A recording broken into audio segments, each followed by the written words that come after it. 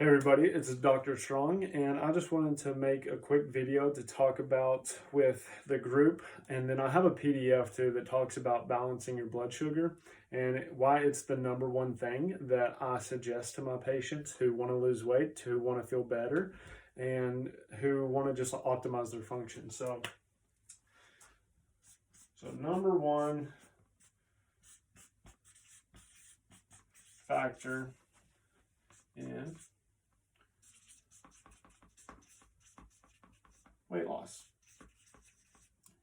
So your blood sugar is probably one of the most important functions of your body. And a lot of people, if you have brain fog, if you get fatigued kind of around like 2 or 3 o'clock in the middle of the day, if you're not sleeping appropriately, if you have trouble going to sleep, staying asleep, if you get fatigued with exercise really fast, then this is pretty much where all of it stems from. And it's blood sugar. So, blood sugar is basically what it is. It's glucose that gets secreted into your bloodstream in order to fuel the muscles so that you can function appropriately throughout the day, so that you can have your brain function, so you can think appropriately, think clearly. Okay? Now, how do you do this? So, one of the biggest mistakes that people make is, let's just kind of talk a little bit here. So, this is what your blood sugar should look like. Okay, so it should look like a straight line throughout the day. It should look very stable. And, if you've seen the other video where we talk about how life goes up and down, and that's how healing and weight loss goes, then you kind of already have like an understanding. But what we want, this is always going to vary to some extent. So your blood sugar is going to look more like this, right? But you always want it to be within a certain range. We don't want these really wide up and down hills and valleys or waves. So most of the time, people skip breakfast. So what happens is they either do like coffee or they're doing like intermittent fasting. And what happens is you have to increase cortisol, because if you're not getting, if you're not controlling your blood sugar by eating, then what happens is you secrete cortisol. So it's like, let's say you don't eat, then cortisol ends up going up to balance out your blood sugar. So your blood sugar drops down, and then what happens is cortisol kicks in because it's going to release, it's going to cause gluconeogenesis, and it's going to release blood sugar. So what happens is then your blood sugar comes back up and it stabilizes. Well, if this overshoots, then what happens is your blood sugar goes too high, and then the pancreas, and that's the beta cells, release insulin. Okay, so they're like, whoa, blood sugar's going up way too high. We got to release insulin to make sure. And then it's like, then you overshoot because you've raised your blood sugar too high, and then it just keeps going like this and this and this, and then eventually it just crashes everything. And so now you start feeling fatigue. So let's say that this is from 7 to 11, right? So this happens over that time period. Well, then around that 11 to 1 period, then the pancreas is secreting the beta cells. And then let's say you're super stressed out and your adrenal glands are fatigued, and they're like, man, we can't support any more cortisol because we're just so stressed out. Then what happens is the blood sugar starts tanking again. And then this is around that 2 to 3 p.m. period. And you're like, I don't know why I'm so tired. And then you eat lunch and you try to eat more carbohydrates to boost up your blood sugar, but then it overshoots again, and you see how that pattern keeps going. So the best thing that we can do is just keep this super stable for a long period of time. And how do we do this? Now, I'm not against intermittent fasting, just so everybody knows, and I am not against coffee, but there are strategies to optimize and make it to where that those aren't affecting you as bad. But if you're unhealthy, especially if your adrenal glands are unhealthy, then you need to regulate your blood sugar a little bit more appropriately, or you'll end up going to what's called adrenal fatigue or adrenal exhaustion. If you want me to talk about more about that in a video, I can. I think I already have a few adrenal videos on YouTube that you can check out to learn more about how that works. But what I have all my patients do, and what I have everybody do, especially if you want weight loss, is you need to eat within 30 minutes of waking up. So you need to eat 5 meals a day.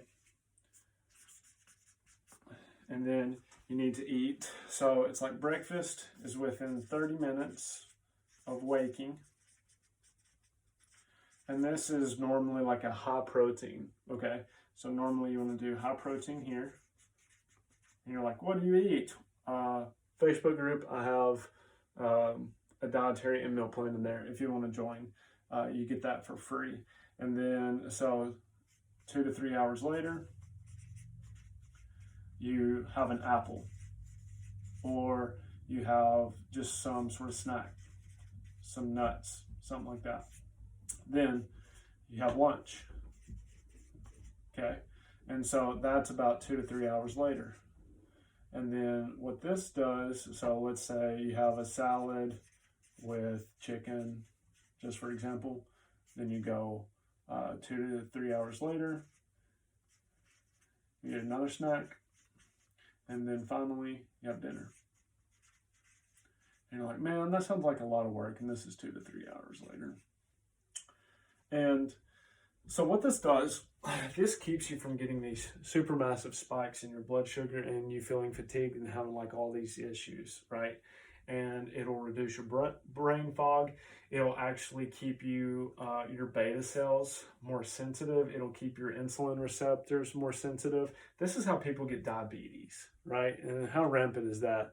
I see a lot of people with diabetics, especially there's a huge scare right now just with everything that's going on with COVID, that they're more susceptible.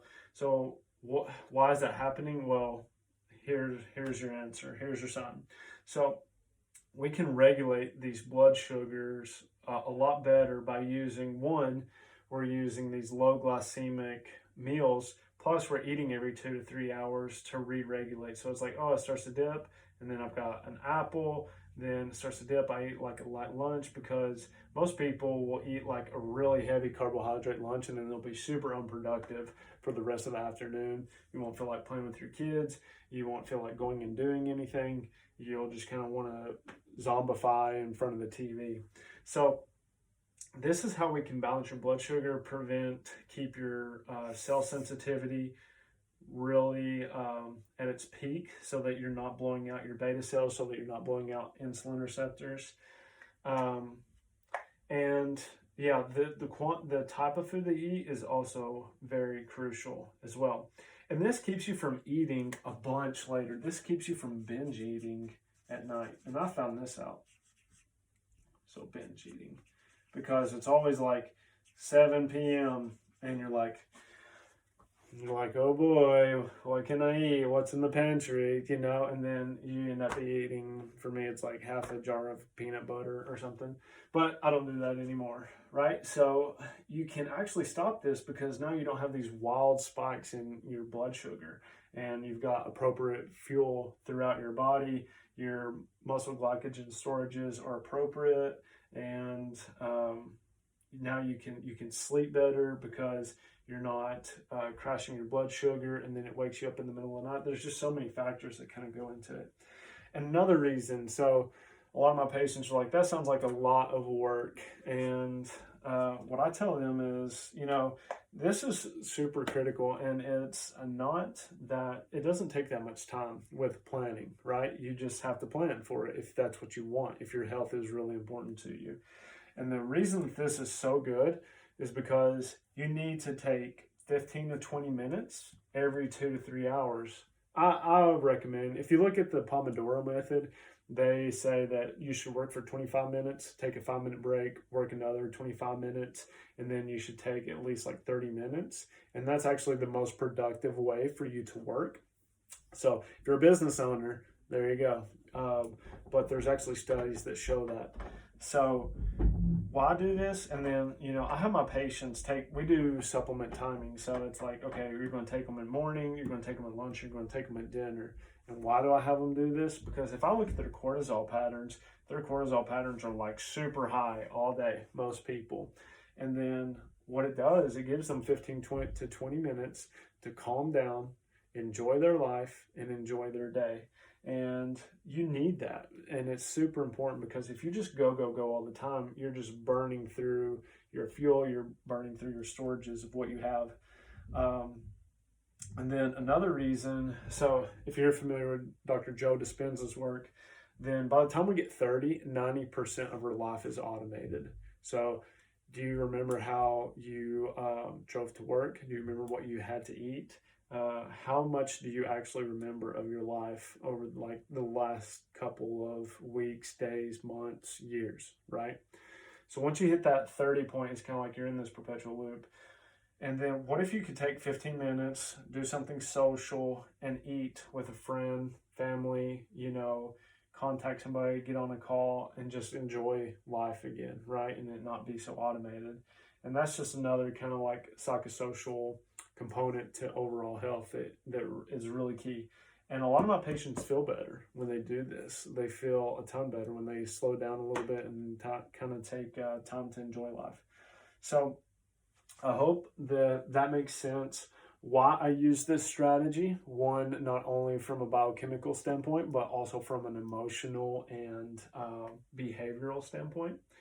The videos got a little bit long. If you actually want me to cover coffee and intermittent fasting, then, or binge eating too, that's always a good one. I think I covered it a little bit, but if you want me to elaborate more on those, then just comment below. If you like this video, just hit the like button below. And yeah, so I think I covered everything.